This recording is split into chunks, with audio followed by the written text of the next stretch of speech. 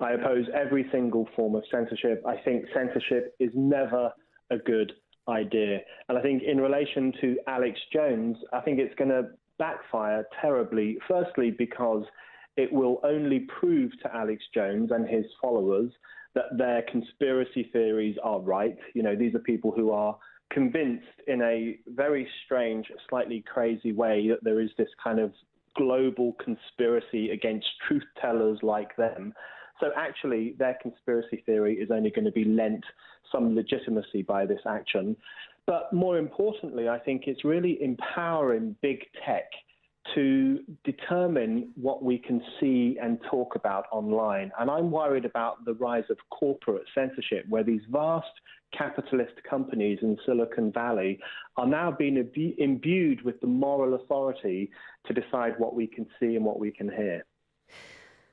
I suppose there will be people who are saying, at a time when we have a president who shouts fake news at anything that he doesn't like, perhaps we should be protecting people from their own stupidity and not actually allowing them to have their ridiculous thoughts of conspiracy theories in this way, just repeated in this way.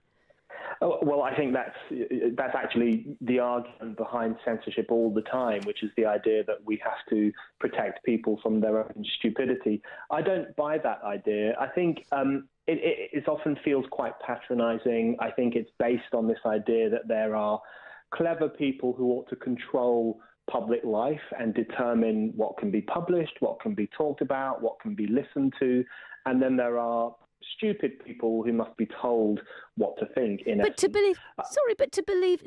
To actually have this, you've got parents of one of the children who was killed having to move because they've been stalked and harassed, suggesting that they're part of a hoax. These are people who have died. These are children aged 6 and 7. I think his theory about Sandy Hook is insane and offensive, and has caused massive upset to the parents who lost their children and to many other people as well. But you can't deal with offensive ideas or shocking ideas or even racist or prejudiced ideas through censorship, because all that does is force this kind of thing underground, where it often gets worse because it's far away from rational voices and rational discussion. And it means that we can't see these crazy ideas, we can't challenge them, we can't mock them, we can't make fun of them. You know, it's the old American saying that sunlight is the best disinfectant when it comes to crazy or prejudiced speech. The best way to deal with that kind of content is to expose it to public ridicule. Hiding it away only makes martyrs of the people who spread these conspiracy theories, and it means the rest of us cannot confront these ideas and challenge them in public. But are they being challenged enough? I suppose you could ask that. Well, I think, you know, as I was saying earlier, I really think this action by these content platforms will backfire, because one reason it will backfire is because there's a real healthy trend online actually for mocking Alex Jones and for making memes of him and for taking clips from his show and turning them into something hilarious. People share those, people get a real kick out of those. So his presence on these platforms actually meant that huge numbers of people could make fun of him and expose him and say this guy is wrong or stupid or an idiot.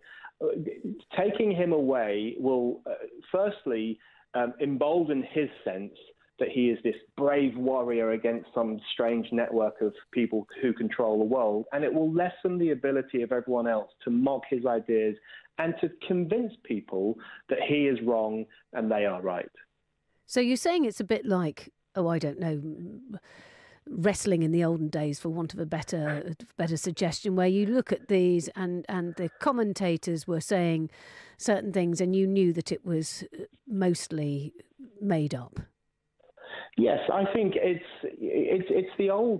the great idea behind freedom of speech. You know, if you go right back to John Milton in England in the 1640s, he said, let's put truth and falsehood into battle in the public sphere, and I am convinced truth will win.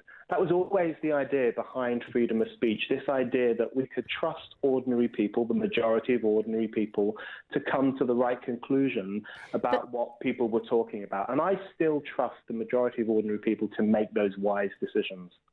But we know, for example, when we look at what's happening in India with WhatsApp and gossip and rumour, which is ending up in people dying. And that is the problem, isn't it? Because it isn't just let's take the mickey and let's shine a light on this. This is people inciting other people to do terrible things. I think incitement to violence is a very different thing. Incitement to violence falls into the category of crime, of being physically involved in the commission of a crime. So that's not a free speech issue. But I think... Well, you could, sorry to interrupt, but you could say with this one, for example, these parents who are suing Alex Jones, who are having to move, you know, you've only got to have one nutter who actually takes it too far, and you are inciting somebody to do something terrible and possibly end up with somebody losing their life. But I don't think you can hold, unless someone is explicitly inciting violence, I don't think you can hold them responsible if someone else decides to act on their words. I mean, we know, for example, that Mark David Chapman, who killed John Lennon, was inspired by J.D. Salinger's novel The Catcher in the Rye. We know that Charles Manson was inspired by the Beatles' White Album when he went on his killing spree.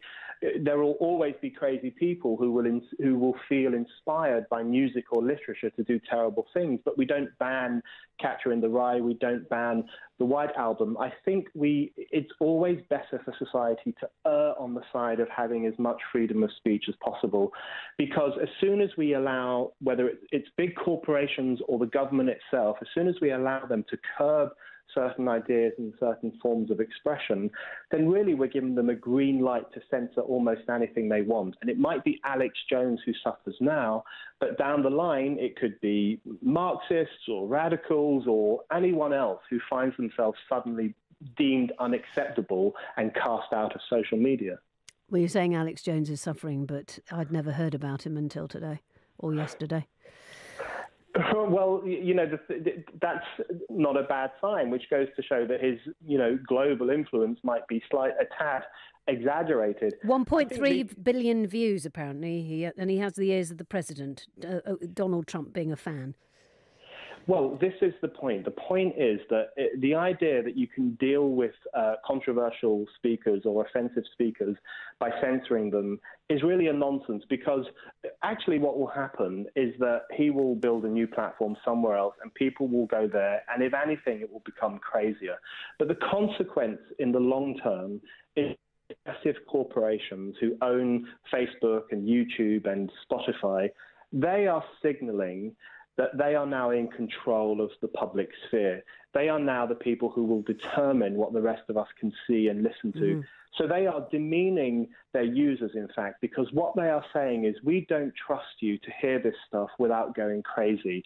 And I don't want to be insulted by these content providers. I simply want them to provide a good service and not censor things on my behalf. I rather object to him describing on his Twitter, he says, fighting for freedom and liberty on the front lines of truth journalism. He's not a journalist. He doesn't check his facts.